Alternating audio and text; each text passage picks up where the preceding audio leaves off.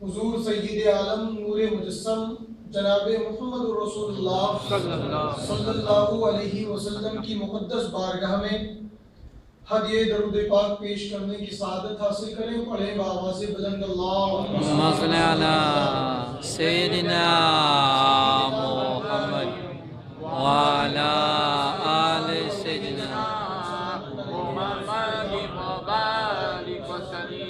या नबी अल्लाह रब्बुल इज़्ज़त का जितना भी शुक्र और एहसान हम अदा करें वो कम है कि उसने अपने फजल और करम से हमें ये मुबारक और मुक़द्दस रात अता फरमाई। अल्लाह ताला इस रात की बरकत से हमारे तमाम गुनाहों को माफ़ फरमाए। ये रात बड़ी फजीलत और बड़ी अहमियत वाली रात है। खुसूसन इस रात के ताल्लुक से दो निस्बतें बड़ी अहम और बड़ी मजबूत जुड़ी हैं। एक तो ये कि ये रात नुज़ूल कुरान की रात है,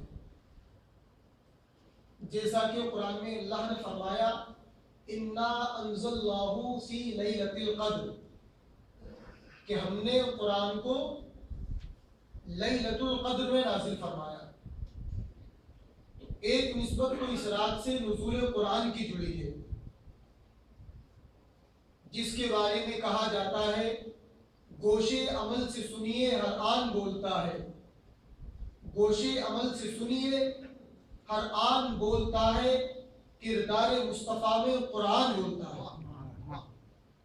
और दूसरी अहम निस्बत इस रात से ये जुड़ी है कि अल्लाह ताला ने इस रात का दर्जा 1000 महीनों से अफजल करार दिया है। लैलतुल क़द्री खैरुम मिन अल्फ शहर, लैलतुल क़द्र 1000 महीनों से अफजल है।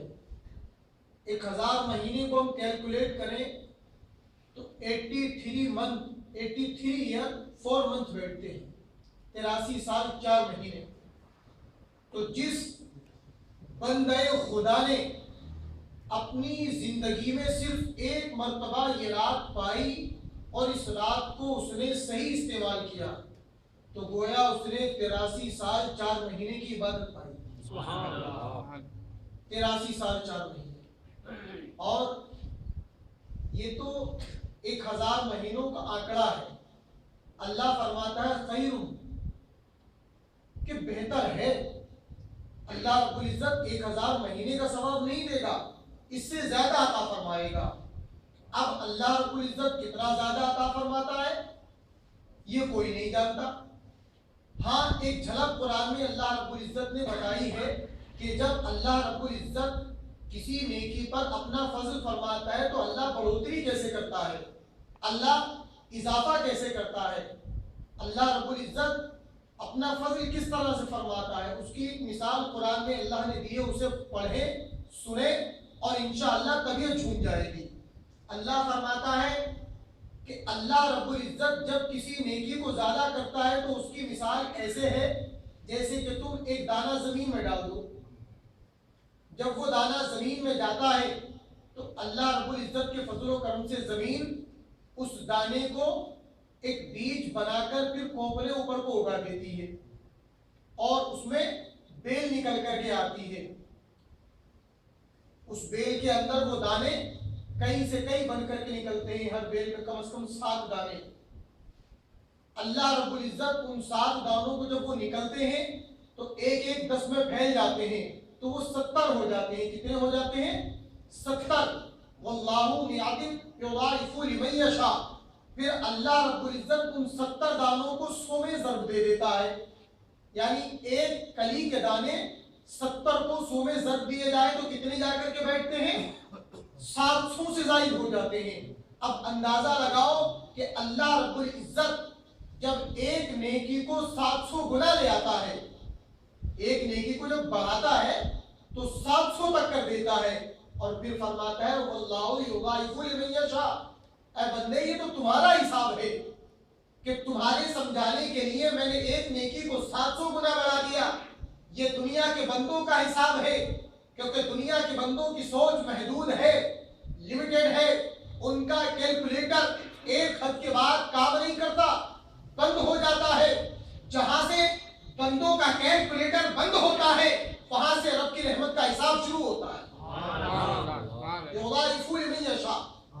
अल्लाह जितना चाहे बढ़ा दे। अल्लाह अकबर। रब की रहमत, जहां बंदों की अक्ल थक जाती है वहां रब की रहमत बंदों को सहारा देती है।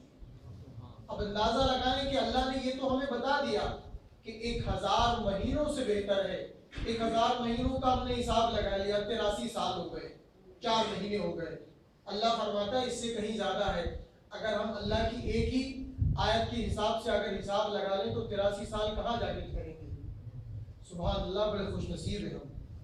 लाइफ में एक बार भी अगर ये रात मिल जाए, इसको पावरफुल नाइट कहा जाता है। लैलतुल कद्र, लैलतुल कद्र का माना है पावरफुल नाइट, इज्जत वाली रात, कद्र वाली रात, रुतबे वाली रात, अजमत वाली रात। इसलिए इस रात को जो 2 निस्बतें हासिल हैं, नुज़ूल कुरान की और फजीलत एहसान की, दोनों इतनी अहम है कि साल में जितनी भी रातें आती हैं उनमें से कोई रात भी इस रात का मुकाबला नहीं कर सकती। इसलिए हम सबसे पहले अल्लाह का बड़ा शुक्र अदा करते हैं, अल्लाह ताला इस रात में हमारा जागना कबूल फरमाए। आमीन।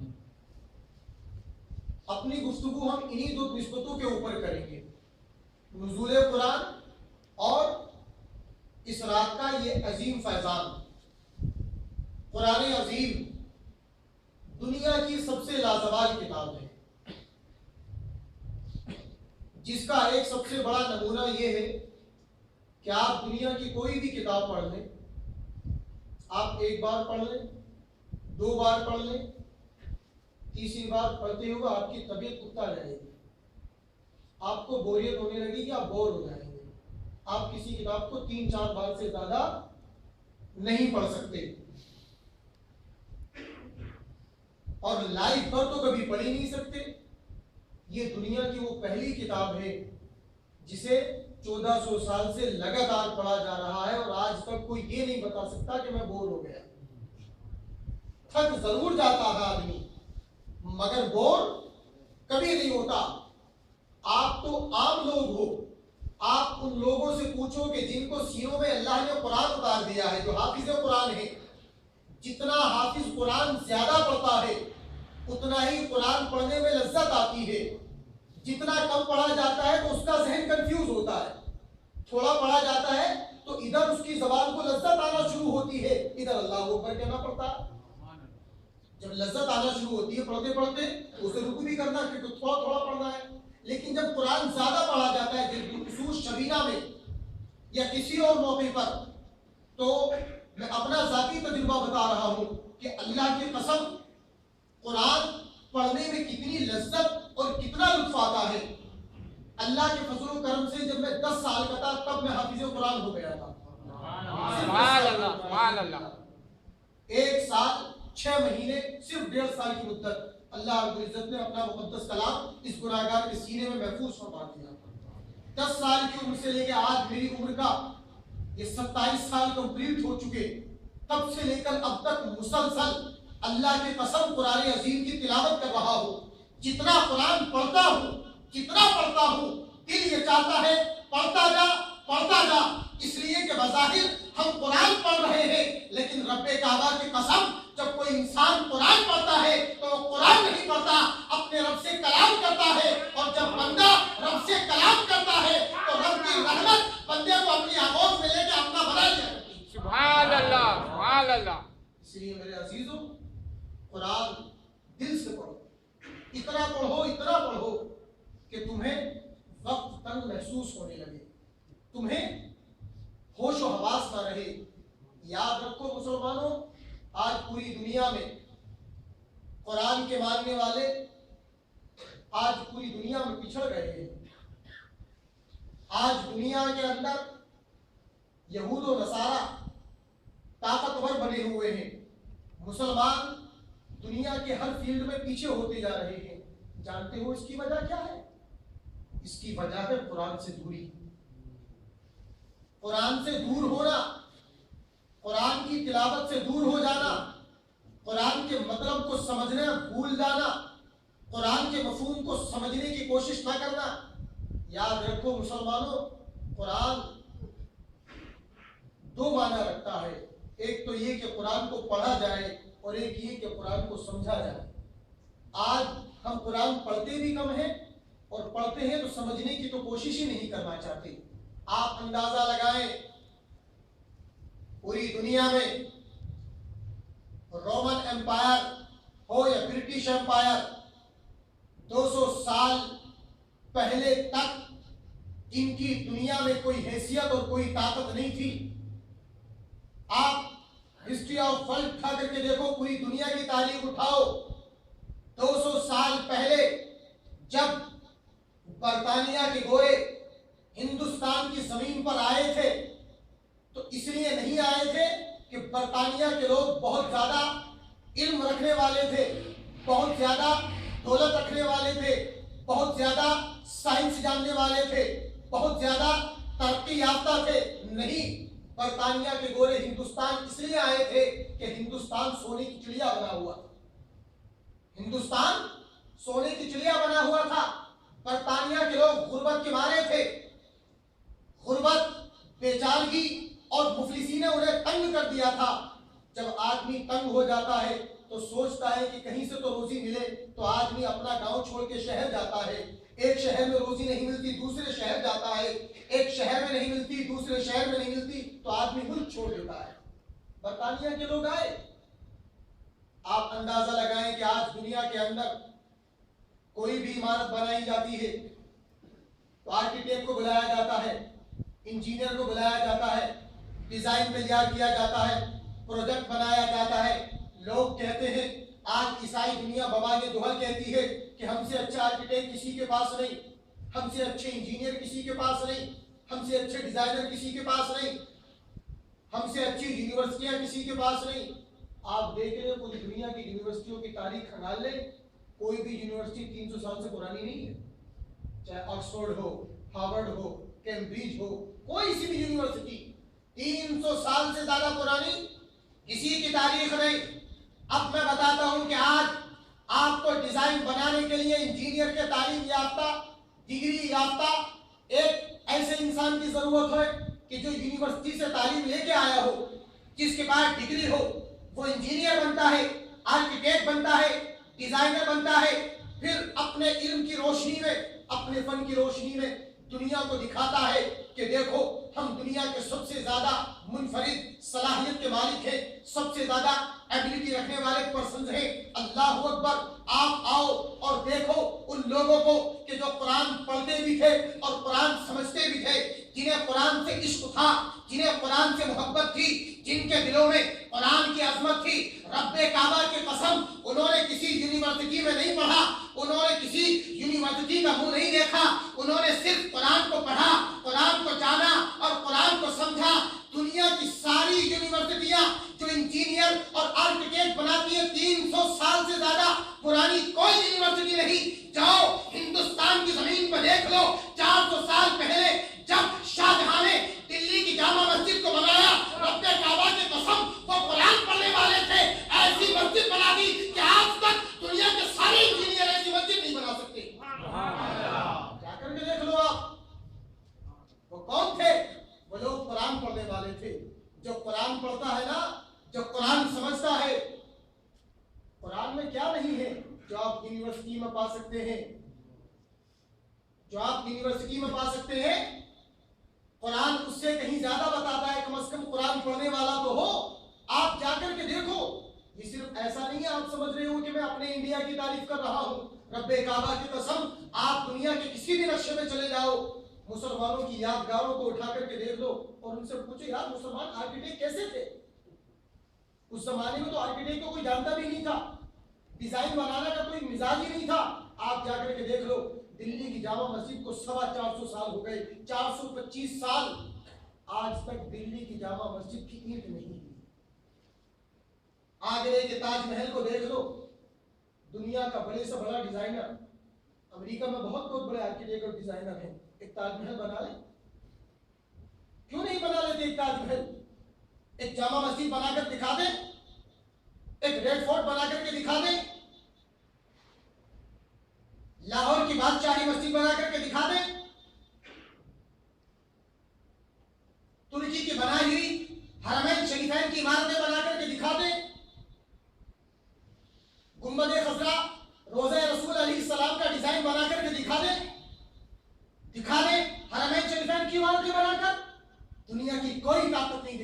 थी, ये हिंदुस्तान के मुगल हो या तुर्की के रहने वाले मुसलमान हो या पाकिस्तान में बसने वाले मुसलमान हो या इराक के मुसलमान हो, आखिर 400, 500, 600, 800 साल पहले, 1000 साल पहले ये इतना अच्छा डिजाइन कहां से बना लेते थे? उस वक्त तो डिजाइन की पढ़ाई भी नहीं होती थी, आर्किटेक्ट भी नहीं बनाया जाता था। तो रब्बे काबा के कसम, इन्हें ना किसी डिजाइनिंग की जरूरत थी, इन्हें ना किसी आर्किटेक्ट की जरूरत थी। ये सिर्फ एक बात जानते थे कि दुनिया मिलेगी तो कुरान में, आखिरत मिलेगी तो कुरान में। इसलिए कि अल्लाह रब्बुल इज्जत ने फरमा दिया, वला तंसा नसीबका मिनद दुनिया, कि दुनिया से अपना हिस्सा लेना मत भूलो।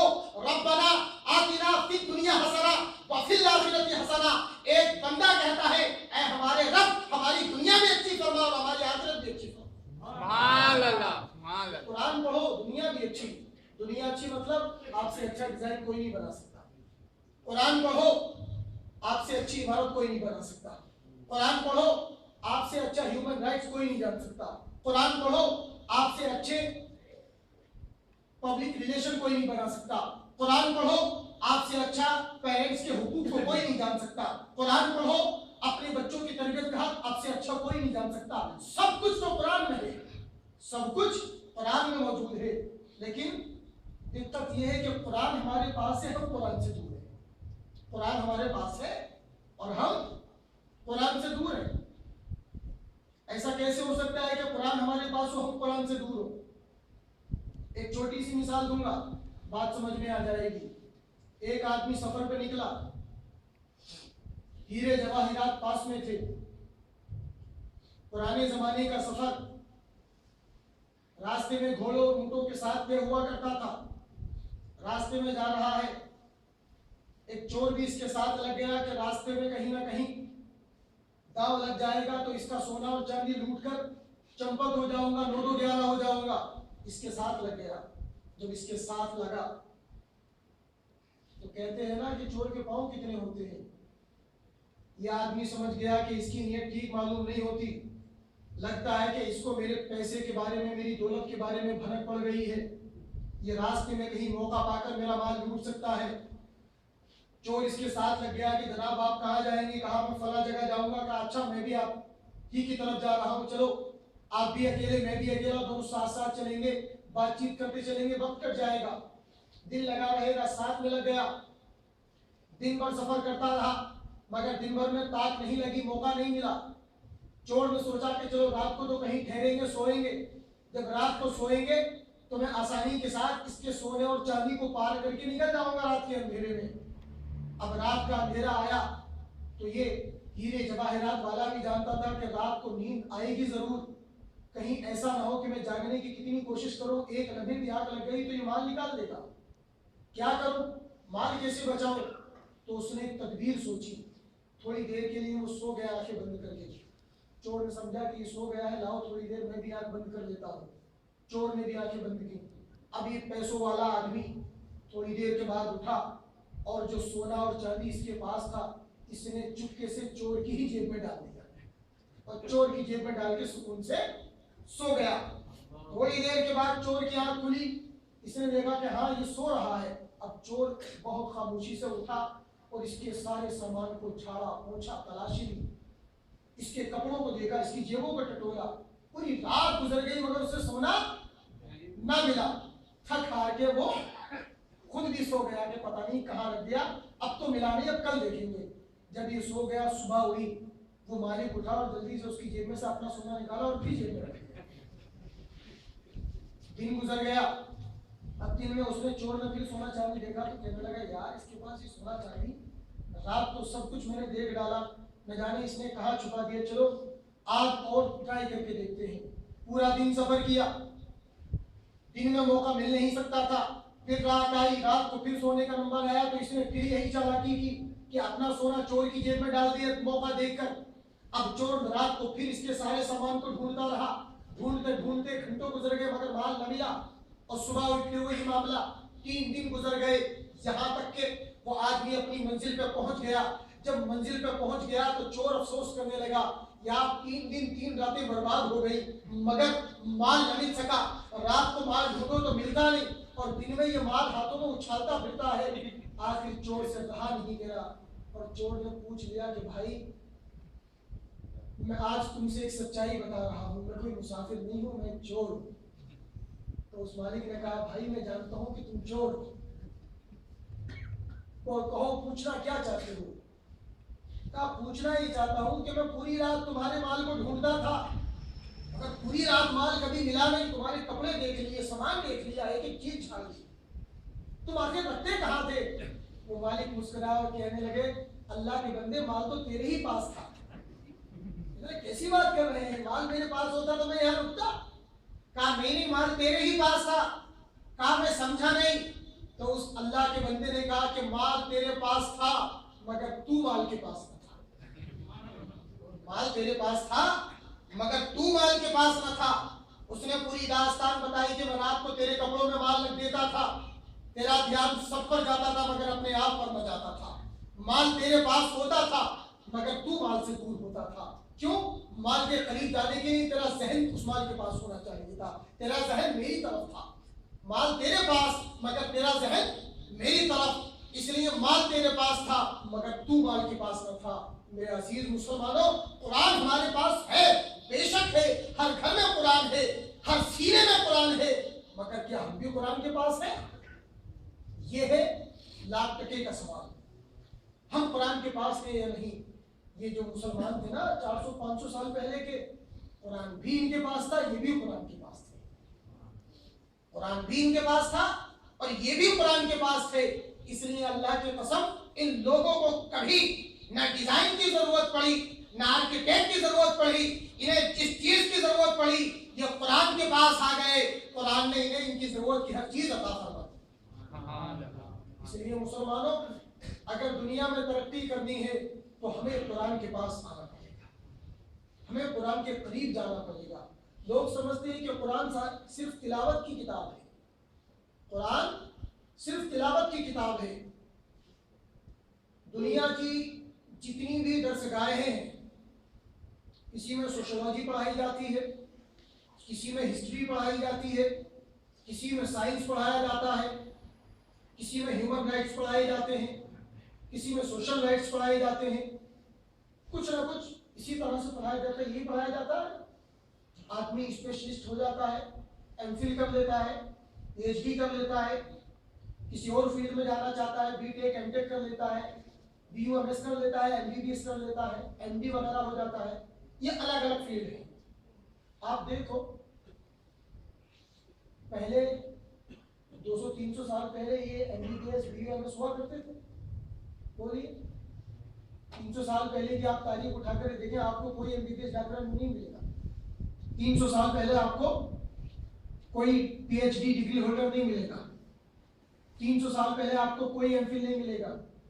तो क्या आपको लगता है वो दुनिया के लोग पागल थे? बीमार हो जाते तो मर जाते थे वो? बोलिए, मर जाते थे वो? आज लोग एमबीबीएस की डिग्री लेने के लिए दुनिया के बड़े बड़े मुल्कों में जाते हैं। कुरान फरमाता है, वलक़द आतैना लुक़मान अल-हिकमता, हमने लुक़मान को हिकमत अता की। लुक़मान, हजरत लुक़मान ऐसे हकीम, कहा जाता है कि जब जंगल से गुजरते थे तो जंगल की दवाइयां बोलती थी, ऐ लुक़मान हकीम हमें ले जाओ, हम फला मर्ज की दवा। ऐसे ऐसे हकीम कुरान पढ़कर के पैदा हुए। नामों का फर्क है। हकीम कहते हैं तो हम समझते हैं कि हकीम का मतलब है जिसे कुछ ना आता हो, और डॉक्टर का मतलब है जिसे सब कुछ आता हो। नाम बदल दिए है ना। जो पहले जमाने के नचनिए कहलाते थे वो आज एक्टर कहलाते हैं। जिन्हें पहले भांड कहा जाता था वो रोल मॉडल और आइडियल कहलाते हैं, नाम बदल दिए गए हैं। जो पहले ख्वाहिशाएं तवाइफें कहलाती थी, आज उनको एक्ट्रेस और आज उनको रोल मॉडल कहकर के उनकी इज्जत दी जाती है, नामों से उनकी इज्जत छीनी जाती है। लोग समझते हैं कि कुरान सिर्फ तिलावत के लिए है, कुरान की तिलावत कर सकते हैं, कुरान से ज्यादा कुछ नहीं हासिल कर सकते। तो मैं कहता हूं मेरे दोस्त, कम से कम ऐसा तो बन जा कि जो कुरान को समझ सके। तू डॉक्टर बनना चाहेगा, कुरान तुझे डॉक्टर बना देगा। तू इंजीनियर बनना चाहेगा, कुरान तुझे इंजीनियर भी बना देगा। तू कुछ भी बनना चाहेगा, कुरान तुझे सब कुछ बना देगा। इसलिए कि तारीख हमें बताती है कि मुसलमान जो कुछ बने इस कुरान से बने। और कैसे बने? आप देखो कैसे बने कुरान से। अमेरिका के बहुत बड़ी मेडिकल यूनिवर्सिटी का वाकया है, जहां कुरान ने साबित किया कि जहां दुनिया के बड़े बड़े डॉक्टर्स और मेडिकल साइंटिस्ट फेल हो जाते हैं, वहां कुरान की तालीम काम आती है। एक अजीब माजरा अमेरिका की यूनिवर्सिटी में पेश आया। उस मेडिकल यूनिवर्सिटी में एक साथ 2 औरतों की डिलीवरी हुई, बच्चे पैदा हुए, एक के बेटी और एक के बेटा। अब इतनी हमाहमी थी और इतनी अफरा तफरी का माहौल था, बहुत सीरियस केस था, डॉक्टरों की टीम लगी हुई थी, दोनों पेशेंट साथ साथ थी। बड़ी अफरा तफरी के आलम में ये दोनों बच्चे पैदा हुए, एक बेटा और एक की बेटी। डॉक्टरों ने राहत की सांस ली। अफरा तफरी के आलम में ये पता न चल सका कि बेटा किसका है और बेटी किसकी। दोनों बच्चों को एक साथ रख दिया गया। बाद में गौर किया गया कि ये तो देख लिया जाए कि कौन सा बच्चा किसका है। अब एक दिन के बच्चे, अब कैसे अंदाजा लगाएं कि किसका किसका बच्चा है। अब परेशान हो गए। एक चीज बाकी है मेडिकल साइंस में, डीएनए टेस्ट। डीएनए टेस्ट के जरिए पता लग जाता है कि हाँ, कौन सा बच्चा किसका है और किसका बाप कौन है। मगर उन डॉक्टर्स की टीम में एक डॉक्टर यहूदी था जो कुरान पर बड़े एतराजात किया करता था, और डॉक्टरों की टीम में एक मुसलमान डॉक्टर अब्दुल रहमान भी थे। उस यहूदी डॉक्टर ने कहा कि लाओ, मुसलमान बहुत कहते हैं कि दुनिया का हर इल्म कुरान के अंदर मौजूद है, हम डीएनए टेस्ट के जरिए पता तो लगा सकते हैं कि कौन सा बच्चा किसका है, बेटा किसका है और बेटी किसकी है। लाओ, आज इस मुस्लिम डॉक्टर को जलील करने का अच्छा मौका है। ये बहुत कहता है कि कुरान में हर इल्म है, कुरान में हर इल्म है। डॉक्टर अब्दुल रहमान से बुला के कहा कि डॉक्टर अब्दुल रहमान, तुम कहते हो कि कुरान में हर इल्म है, बच्चे आपस में मिल गए हैं, पता नहीं लग रहा बेटा किसकी है और बेटा किसका। हम डीएनए टेस्ट के जरिए पता तो लगा सकते हैं, हमारी तालीम इतनी स्ट्रांग है, मेडिकल साइंस इतना स्ट्रांग हो चुका है कि पता लगा सकता है। मगर हम जानना चाहते हैं कि जिस कुरान की तुम बड़ी असमत बयान करते हो कि कुरान में हर चीज है, आज तुम्हारे कुरान का इम्तिहान है। जरा अपने कुरान की मदद से ये तो बताओ कि बेटा किसका है और बेटी किसकी है। बेटा किसका है और बेटी किसकी है। अल्लाह की कसम, कुरान पर यकीन हो तो ऐसा। डॉक्टर अब्दुल रहमान ने कहा, ठीक है, ये चैलेंज मुझे मंजूर है, मैं बताऊंगा कुरान की रोशनी से कि हाँ, बेटा किसका है और बेटी किसकी है। डॉक्टर अब्दुल रहमान ने फौरन काहिरा यूनिवर्सिटी, जो आलम इस्लाम की सबसे अजीम और कदीम यूनिवर्सिटी है, जो 1100 साल पुरानी है। कितनी साल पुरानी? 1100 साल पुरानी यूनिवर्सिटी। वहां के शेखुल जामिया को फोन लगाया और फोन लगा के डॉक्टर अब्दुल रहमान ने कहा, आए शेखुल जामिया, अस्सलाम वालेकुम व रहमतुल्लाह। आज कुरान की इज्जत और अजमत का सवाल है। आज यहूदियों ने कुरान की अजमत को चैलेंज किया है, सारा माजरा सुना दिया। आप बताइए कि मैं क्या करूं जिससे पता लग जाए बेटा किसका है और बेटी किसकी है। शेखुल जामिया मुस्कुराए और मुस्कुरा करके कहा, कोई डरने की बात नहीं, कुरान में इस सवाल का जवाब मौजूद है। सुभान अल्लाह। कहा जल्दी बताइए।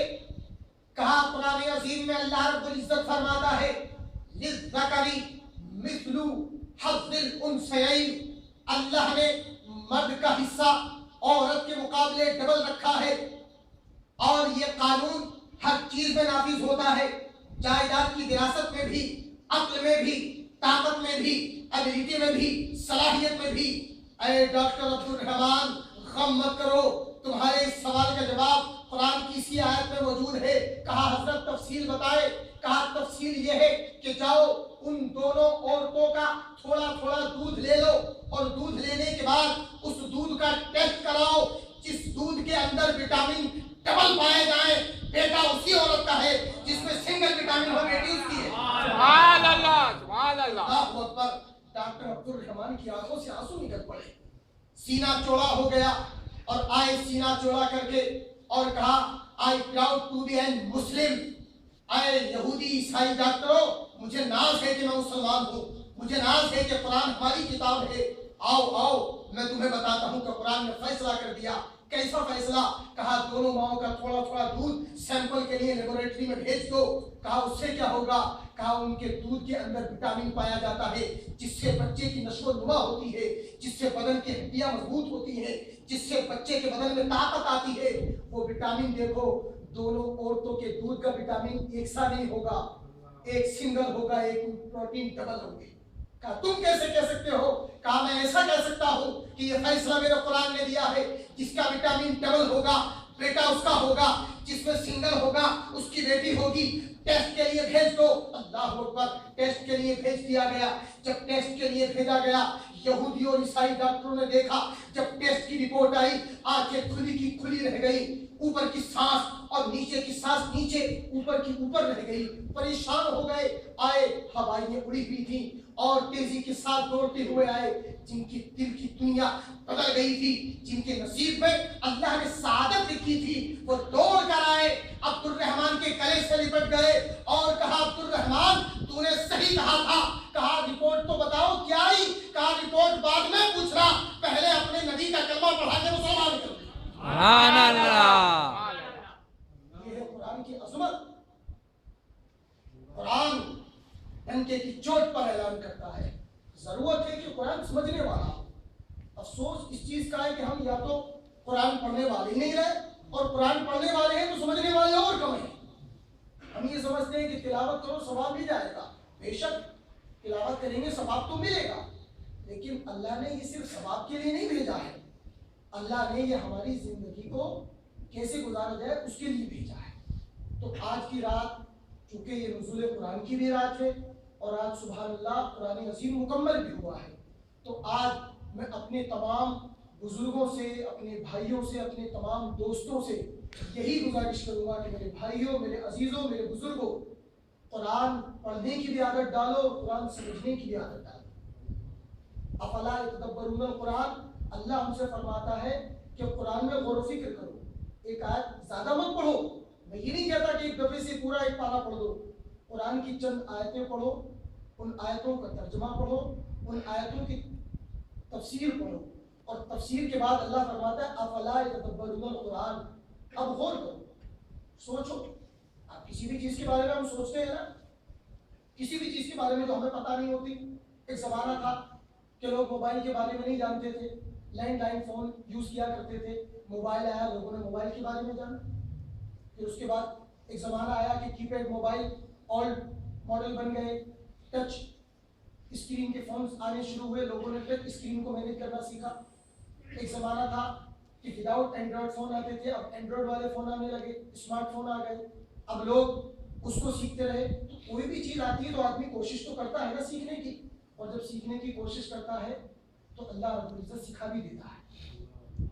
आदमी को अपनी सलाहियत का पता नहीं कि उसका ज़हन कितना ब्रिलियंट है, किसी को नहीं पता कि वो कितना ब्रिलियंट है, कोई नहीं जानता कि उसके अंदर कितनी सलाहियत है।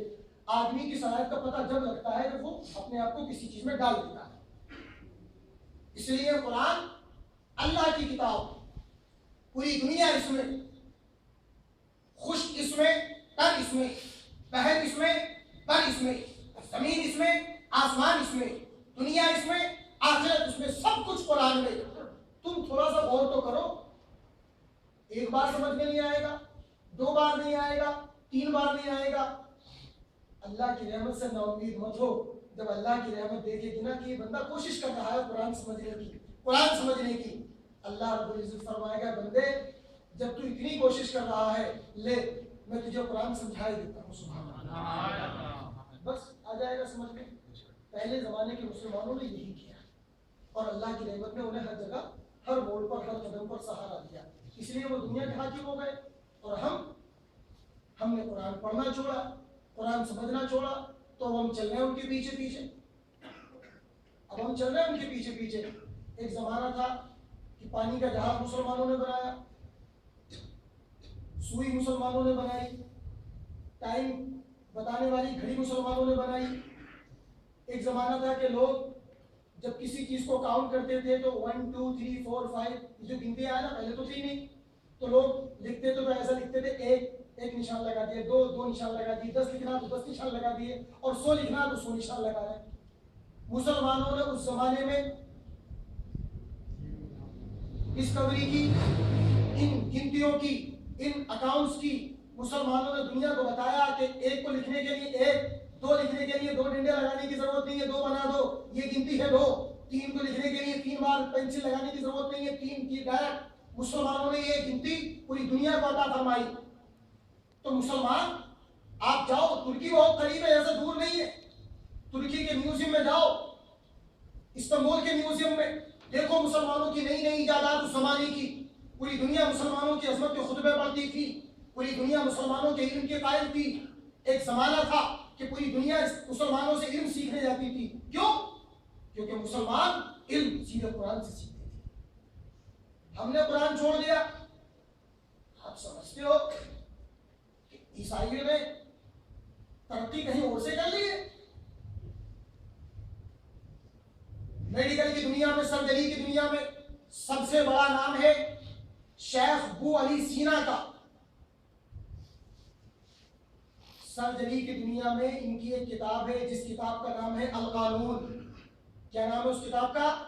अल कानून। ये किताब अमेरिका समेत पूरे यूरोप, पूरे अमेरिकी इलाके, चाहे वो यूएसए हो, कोरिया हो, साउथ कोरिया हो, कनाडा हो, सब में यूनिवर्सिटियों में यही किताब शामिल निसाब है। मगर ना तो इस किताब का नाम अब कानून है और ना शेख अबू अली सीना का नाम अबू अली सीना लिखा जाता है।